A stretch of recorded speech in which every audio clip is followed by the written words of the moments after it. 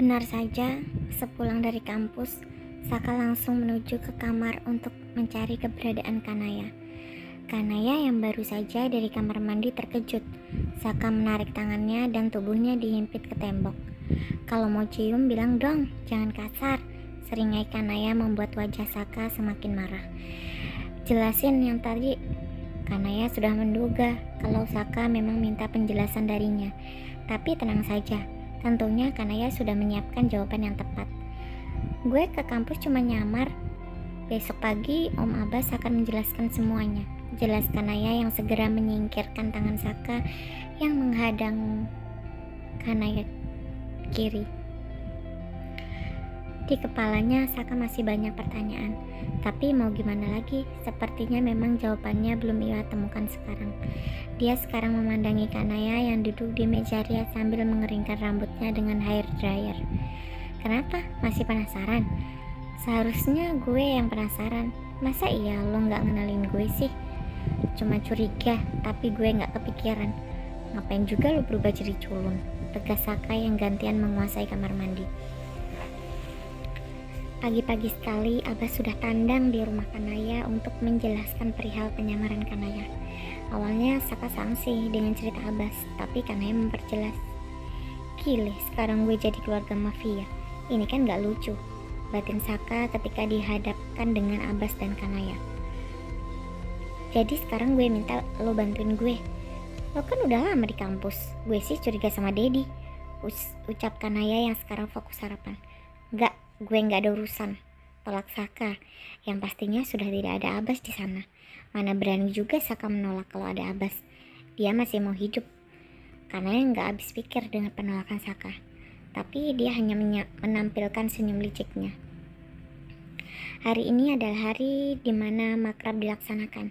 Para maba sudah berkumpul di lapangan dan sudah siap menerima arahan sebelum mereka bersama-sama memasuki bus yang sudah menunggu. Boleh naik Kak Saka, damage-nya berasa banget. Kamu gak nyesel malah PDKT sama Kak Dedi yang kayak kuman di sebelah Kak Saka? Tiba-tiba dia menyenggol lengan tangan Kanaya. Kanaya hanya berdecak. Pikir dia, apaan sih dia ini? WKWK, gak mungkin dia mau sama Dedi kalau bukan karena misi.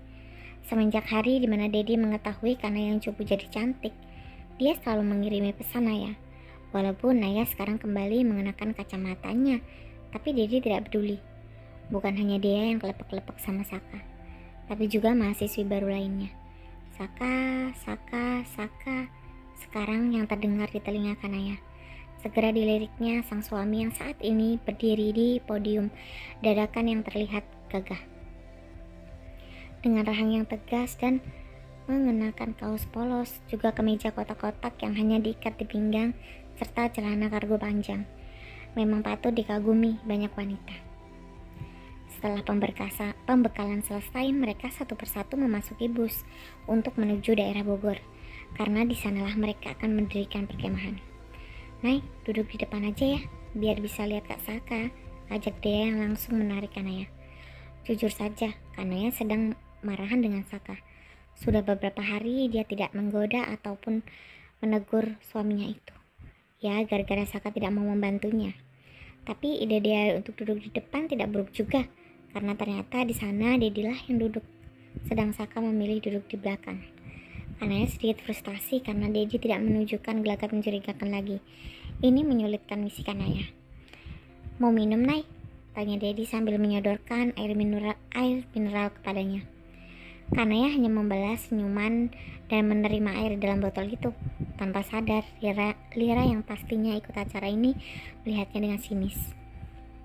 Kan gue udah bilang, cewek cupu itu emang doyan charper. Rasti memanas-manasi. Lihat aja dia kalau masih aja charper ke cowok gue, ucap Lira menahan emosinya dan langsung mengirim pesan ke Dedi. Lain halnya dengan Saka.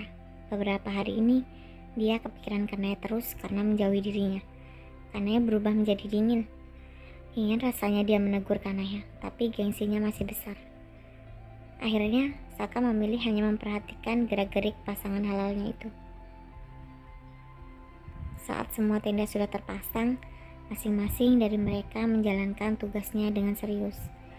Ada yang mencari kayu, memasak makanan, dan membuat api.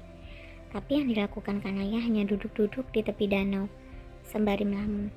Entah apa yang dipikirkan gadis itu. Tiba-tiba Sandra menelpon. "Ya San, ada apa? Lo di mana, Nay? Besok kumpul yuk." "Gak bisa dong, gue lagi ada kegiatan di Bogor." Makrab sama anak BEM. Dari kejauhan, Saka memperhatikan Kanaya dan berniat untuk bicara baik-baik dengannya. Tapi aksinya keduluan oleh Dedi yang mendekati Kanaya di sana dengan membawakan bunga liar yang dipetik di sekitar perkemahan. "Sialan Dedi, pakai bawa bunga segala," gerutu Saka yang urung pergi dan malah duduk di batang pohon yang sudah tumbang, menatap Dedi yang sedang merayu istrinya. "Kak Dedi percaya nggak kalau aku tuh suka cowok penuh rahasia?" celoteh Kanaya yang kini melepas kacamatanya dan mengurai rambut indahnya, membuat Dedi terpesona. "Penuh rahasia gimana, Nay?" "Ya, cowok yang punya rahasia besar yang nggak akan dia kasih tahu ke orang lain. Tapi akunya dikasih tahu, hehehe." "Duh, Kanaya, udah kayak anak polos ping cupu abis. Ngomong apaan sih lu, Nay? Pengen muntah gue," batin Kanaya sendiri, agak menyesal dengan berkata demikian sama Dedi. Tapi wajah Dedi langsung pucat. Dia seperti tak berani mengomentari apapun itu. "Nay, katanya kemarin jangan bilang-bilang kalau penampilanmu kayak gitu. Kok ada Saka kamu berani?" tanya Dedi mengalihkan pembicaraan. "Oh, waktu itu aku nggak tahu kalau dia di sana. Kalau di sana ada Kak Saka. Padahal aku mau berbagi rahasia cuma sama Kak Dedi." Kanaya mulai merajuk sambil mencium bunga yang ada di tangannya. Dedi melihat Kanaya jadi meliuk. Kanaya cantik banget, batinnya gemetar. Yang dibayangkan adalah wajah asli Kanaya, bukan yang ada di hadapannya. "Dedi," panggil Lira dari kejauhan membuat Dedi salah tingkah. Sebentar ya, Nay." Dedi lari ngibrit menemui Lira. Terlihat Lira sedang memarahi habis-habisan Dedi. Ini saatnya Saka mendekati Kanaya. "Lo ngincar Dedi beneran?" Kanaya menoleh Saka yang mendekat.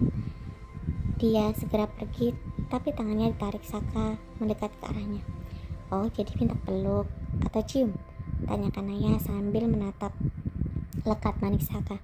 Keduanya saling bertatap serius, tapi Kanaya menang. Beberapa detik kemudian Saka membuang pandangannya entah kemana dan melepaskan tubuh Kanaya.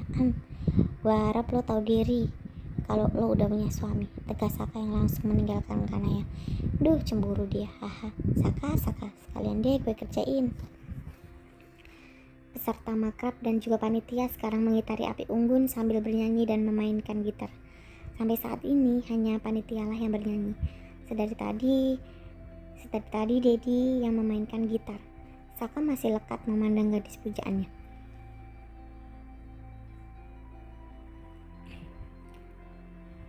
Siapa lagi kalau bukan Kanaya? Pun dengan Kanaya yang terus memandang ke arah sang suami, sehingga terbesit ide untuk mengirimkan Saka pesan. "Kalau berani, nyanyi buat gue." "Siapa takut?" "Waduh, sialan beneran lagi," gerutu Kanaya yang didengar oleh dia. "Kenapa, Nay?" "Enggak deh." Kak Saka." Tiba-tiba obrolan Dea dan Kanaya terputus karena suara teriakan memanggil Saka. Langsung saja dua anak manusia itu mengarahkan pandangannya ke dekat api unggun. Di sana Saka baru saja berdiri, duduk di kursi dan memegang gitar.